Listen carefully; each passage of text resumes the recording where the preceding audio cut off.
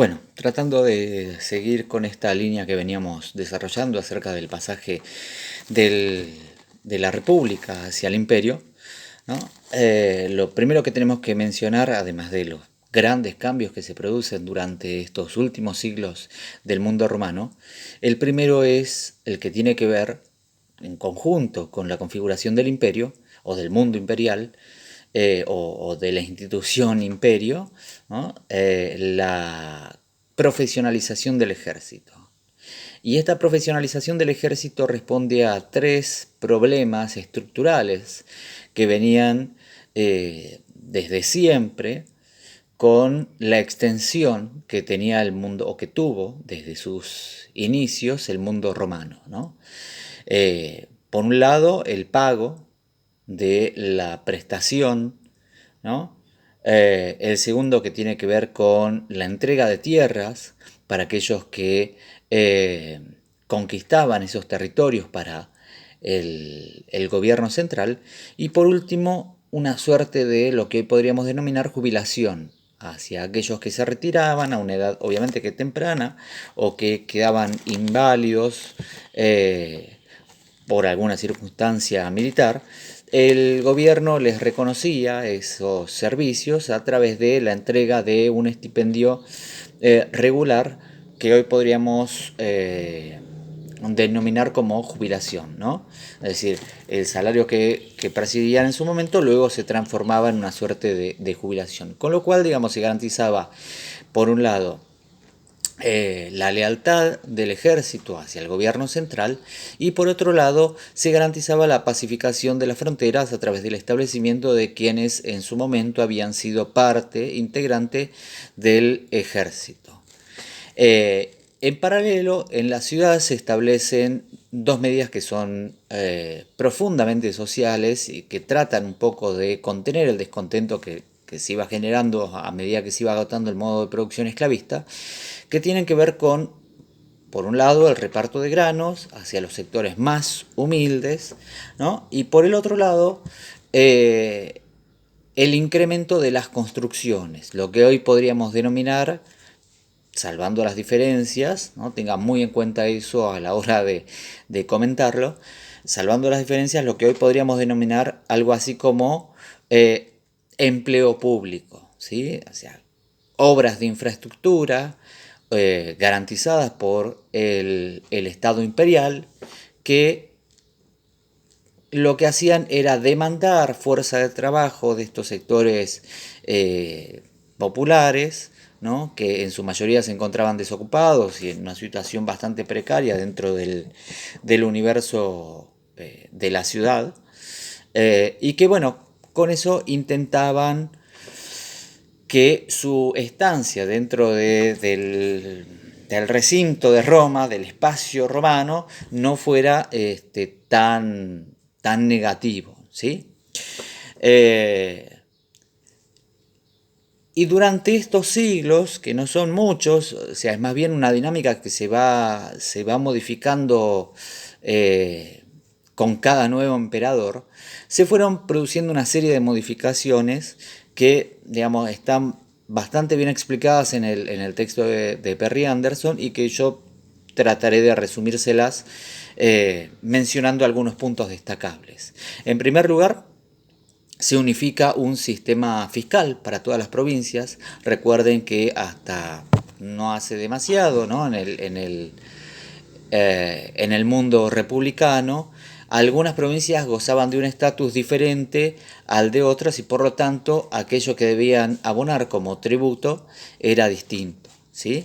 Se modifican, que esto tendrá grandes consecuencias hacia adelante, ¿no? Se modifican el sistema legal, tanto en el ámbito civil como en el penal.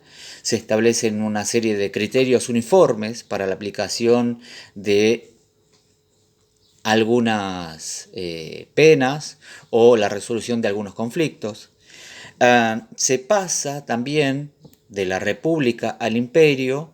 El peso pasa de estar dentro del Senado, ¿no? aquellos sectores nobiliarios que les había manifestado en su momento, aquellos aristócratas de sangre, ¿sí?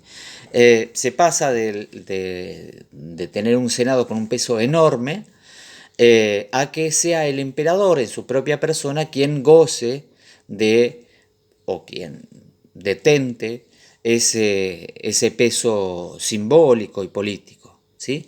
Aunque el Senado, sin embargo, mantiene su lugar como opositor a la autocracia que representaba, ya lo hemos visto en algún momento, sobre todo con Julio César, que representaba la autocracia del emperador, ¿sí? Los dos casos más notables dentro del imperio son los de Tácito y Cicerón. Eh, por otro lado, se produce una modificación sustancial en relación a la estructura social y lo que, bueno, era en general el Principado, mucho más dinámica, más móvil. Ya no es, digamos, exclusivamente por cuestiones de sangre, sino que lo que podrán ustedes observar es una modificación mucho más dinámica, mucho más rápida, por así decirlo, entre dinastías, ¿sí? Que provienen además de distintas extracciones geográficas, de distintos lugares. Um, eh, una incorporación o una ampliación, mejor dicho, de la ciudadanía a casi todos los ciudadanos libres en el año 212, ¿no? Un viejo anhelo del que hemos hablado ya en ocasiones anteriores, con el decreto de Caracalia, con lo cual se amplía, por un lado, los derechos que tienen estos ciudadanos, ahora ciudadanos, y por el otro lado, obviamente, que sus obligaciones también pasan a ser más importantes porque deben contribuir a la permanencia del imperio. Y se produce durante por lo menos entre fines del siglo II y principios del siglo III, un crecimiento en casi todos los frentes, ¿no?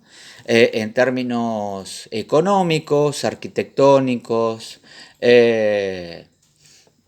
artísticos, ¿sí?